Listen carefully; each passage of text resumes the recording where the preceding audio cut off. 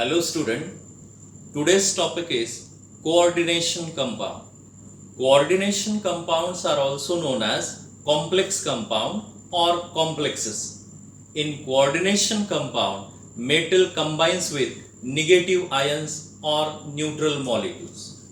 So this is consider M is metal and L is negative ion or neutral molecule. Negative ions may be Cl minus, Br minus, I minus, Cn minus, and neutral molecules, examples of neutral molecules are NH3, H2O. Coordination compounds are generally represented by Ml 2 to 10. In coordination compound, one metal combines with minimum 2 and maximum 10 negative ion or neutral molecule. This number is known as coordination number. Coordination number ranges between 2 to 10. Coordination number is also known as the number of bonds surrounded by metal atom in a coordination compound. These are some general examples. Ml2. In Ml2, coordination number of metal is 2. Ml4, coordination number of metal is 4. And in Ml6, coordination number of metal is 6. Coordination compound, it is very important class of the compound. There are so many coordination compound. Some of the naturally occurring important coordination compounds are chlorophyll, hemoglobin, vitamin B12. In chlorophyll, metal is magnesium. In hemoglobin, metal is iron. And in vitamin B12, metal is cobalt. Properties and nature of coordination compound was first studied by scientist Alfred Werner. On the basis of his experimental observation, Werner proposed one theory. That theory is known as Werner's theory. Werner's theory based upon certain important points. So let us discuss these important points one by one. Werner's theory. According to Werner's theory, metals show two types of valencies, primary valencies and secondary valencies. According to Werner's theory, metals show two types of valencies, primary valencies and secondary valencies. Primary valencies are satisfied by negative ions only. According to Werner's theory, primary valencies are satisfied by negative ions only. We have just discussed the examples of negative ions and neutral molecules. So these are the examples of negative ions: Cl minus, Br minus, I minus, Cn minus. So these negative ions can satisfy primary valency of the metal. Neutral molecules cannot satisfy primary valency of the metal. Primary valency is equal to oxidation state of the metal. Primary valency is equal to oxidation state of metal, or we can say that primary valency depends upon oxidation state of metal. For example, NaCl compound. In NaCl compound, oxidation state of sodium is +1. Hence, primary valency of sodium is 1. In magnesium chloride, MgCl2, oxidation state of magnesium is +2. Therefore, primary valency of magnesium is 2. In cobalt trichloride, COCl3, oxidation state of metal is +3. Hence, primary valency of the cobalt is 3. So for primary valencies, we have discussed that primary valencies are satisfied by negative ions only. Primary valency is equal to oxidation state of metal, and one more point is primary valencies are ionizable. So this ionizable term we will discuss in detail later on. So second valency of metal is secondary valency. Secondary valencies are satisfied by negative ions as well as neutral molecules.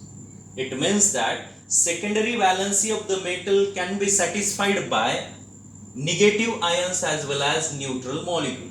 Both negative ions as well as neutral molecules can satisfy secondary valency of the metal. Secondary valency of the metal is equal to coordination number, or we can say that secondary valency of the metal depends upon coordination number of metal. If coordination number of metal is 2, means secondary valency is 2. If coordination number is 4, means secondary valency is 4. Like this, secondary valency is equal to coordination number. Secondary valencies are non-ionizable. Again, this meaning of this non-ionizable we will discuss in detail later on. So up till now we have discussed that according to Werner's theory, metal has two types of valencies, primary valencies and secondary valencies. Primary valencies are satisfied by negative ions only. Primary valency is equal to oxidation state of metal, and primary valencies are ionizable. For secondary valencies we have discussed that secondary valencies are satisfied by negative ions as well as neutral molecules. Secondary valency is equal to coordination number, and secondary valencies are non-ionizable. And one more point is geometry of complex depends upon secondary valency or coordination number. Geometry of complex depends upon secondary valency or coordination number. We have just discussed that coordination number of complex ranges between 2 to 10. 2 to 10. So this is the range of coordination number, but the common coordination numbers are 4 and 6. If coordination number is 4, in that case there are two possible geometries, tetrahedral and square planar. But if coordination number is 6, in that case geometry of complex will be octahedral. In this way, coordination number or geometry of complex depends upon coordination number.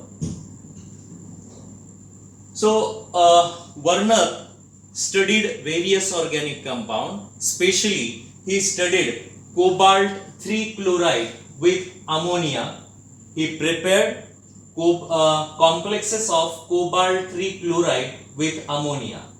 Cobalt 3 chloride, the molecular formula of cobalt 3 chloride is COCl3 and ammonia means NH3.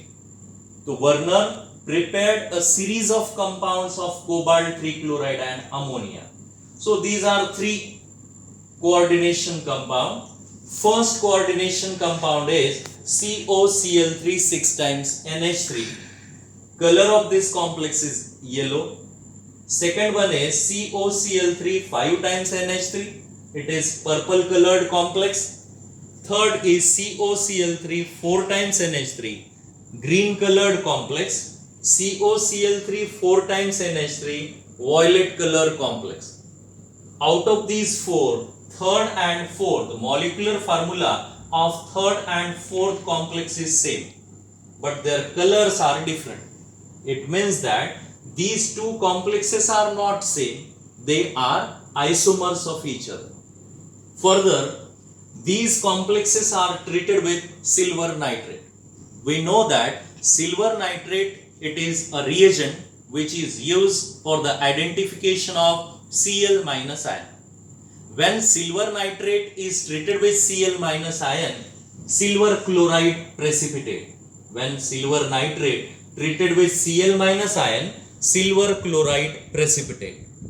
So Werner treated all these four complexes with silver nitrate, and he observed that when 1 mole of first complex, yellow complex, is treated with silver nitrate, 3 moles of AgCl precipitate. When 1 mole of purple complex is treated with silver nitrate, there is formation of 2 mole of AgCl. When 1 mole of green complex is treated with silver nitrate, there is formation of 1 mole of AgCl. Likewise, when violet complex is treated with silver nitrate, there is formation of 1 mole of AgCl. So these observations indicates that in yellow complex there are 3 ionizable Cl minus ion. In purple complex 2 ionizable Cl minus ions are there, and in green and violet complex 1 ionizable Cl minus ion is there. And on the basis of these observation, he formulated these coordination compounds like this. So yellow complex can be represented like this: CONH3 6 times and thrice Cl minus ion. So these 3 Cl minus ions are ionizable, and the neutral molecules or ions which are present in square bracket, they are non-ionizable. Similarly, purple complex is represented like this. In purple complex 2 Cl minus ions are ionizable. In green complex and violet complex 1 Cl minus ions are ionizable.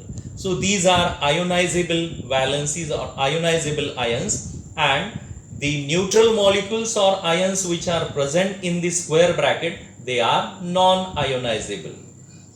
We know that electrical conductivity of the compound depends upon number of ions. More the number of ions, more will be electrical conductivity. If we compare electrical conductivity of these complexes, conductivity of yellow complex is in the ratio of 1:3, because yellow complex forms 3 Cl minus ions, hence its conductivity is in the ratio of 1:3. Conductivity of purple complex is in the ratio of 1:2, as it forms 2 Cl minus ion, and conductivity of green and violet complex is 1:1, because they form only 1 Cl minus ion. So these two valencies, from these examples we understood that, you can understood that some valencies of coordination compounds are ionizable and some valencies are non-ionizable. To understand the ionizable and non-ionizable complex, let us take one diagrammatic representation. Suppose this is the complex. In this complex, this is central metal atom, and this metal atom is surrounded by two types of valencies. These valencies arrange in two spheres, first sphere and second sphere.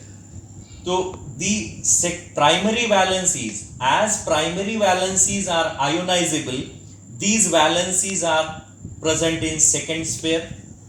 Secondary valencies are non-ionizable and hence they are present in inner sphere.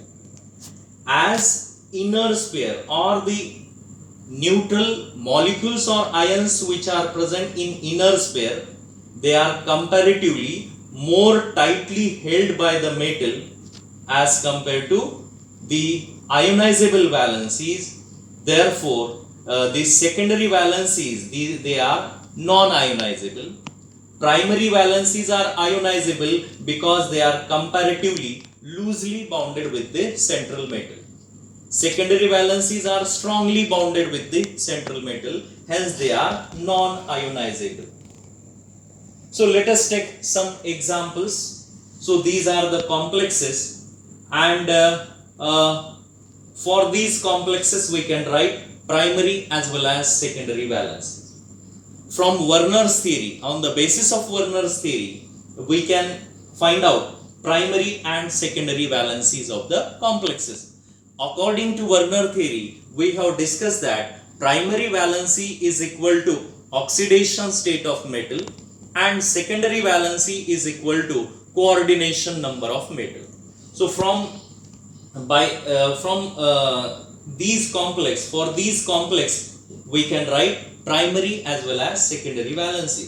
So let us take first complex CuNH3 4 times Cl2.